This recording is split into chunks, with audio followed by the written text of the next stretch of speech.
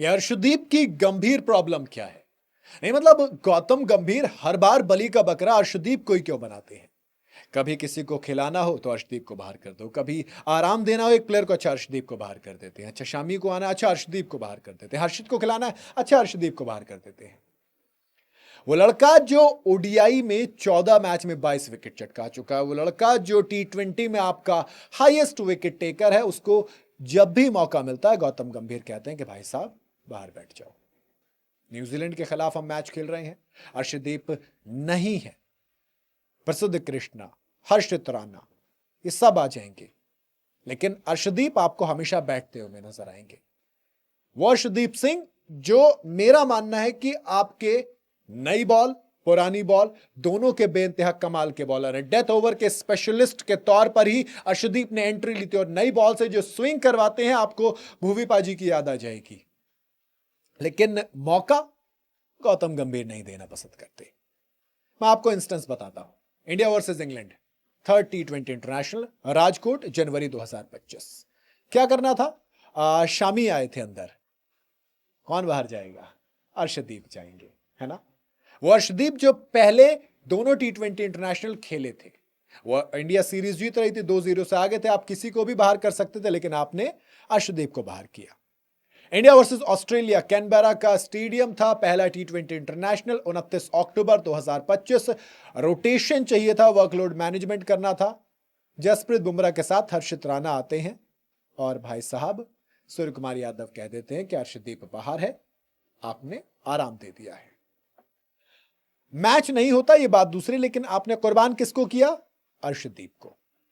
India versus Australia, 2 टी20 international, नवंबर 2025, अभी last जो हम ऑस्ट्रेलिया गए थे। आपका लीडिंग विकेट टेकर है, वो कह रहा है कि मैं विकेट्स में नंबर 1 हूं, लेकिन आपने क्या किया? दोनों टी20 में वर्कलोड मैनेजमेंट के नाम पर बिठा दिया।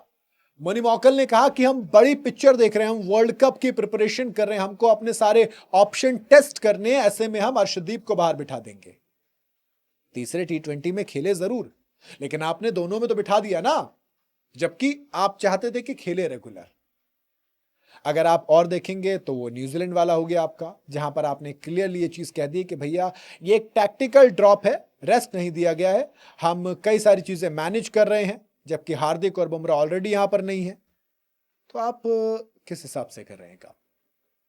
इंडिया के लिए लीडिंग विकेट टेकर टी20 में है, टी20 वर्ल्ड कप में 15 विकेट चटकाए थे, जो कि जॉइंट मोस्ट है सिंगल एडिशन के अंदर, जिसमें फाइनल में साउथ अफ्रीका के अगेंस्ट 3 विकेट चटकाए थे 20 रन देकर।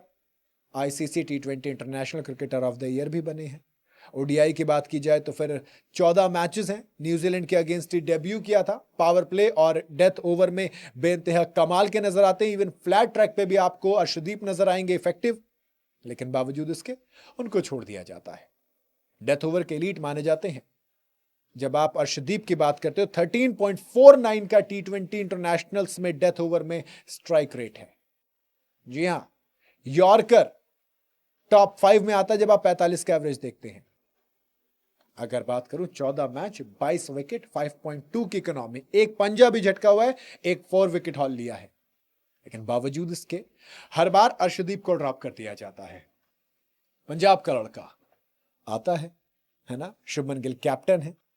कहने वाले कहते हैं कि अगर कैप्टन जो इस टीम का होता है वहां के लड़कों को जल्दी मौका मिलता है, लेकिन पंजाब से आते हैं तो बावजूद इसके अर्शदीप को तो मौका नहीं दिया जा रहा है। और जब भी कुर्बानी देने की बात आती है तो फिर कुर्बानी अर्शदीप से ही क्यों ली जाती है? सवाल आया मन में, मैंने पूछा आपके पास क्या ऑप्शन है, आपके पास क्या राय है, वो आप मुझे कमेंट में बताइएगा जरूर।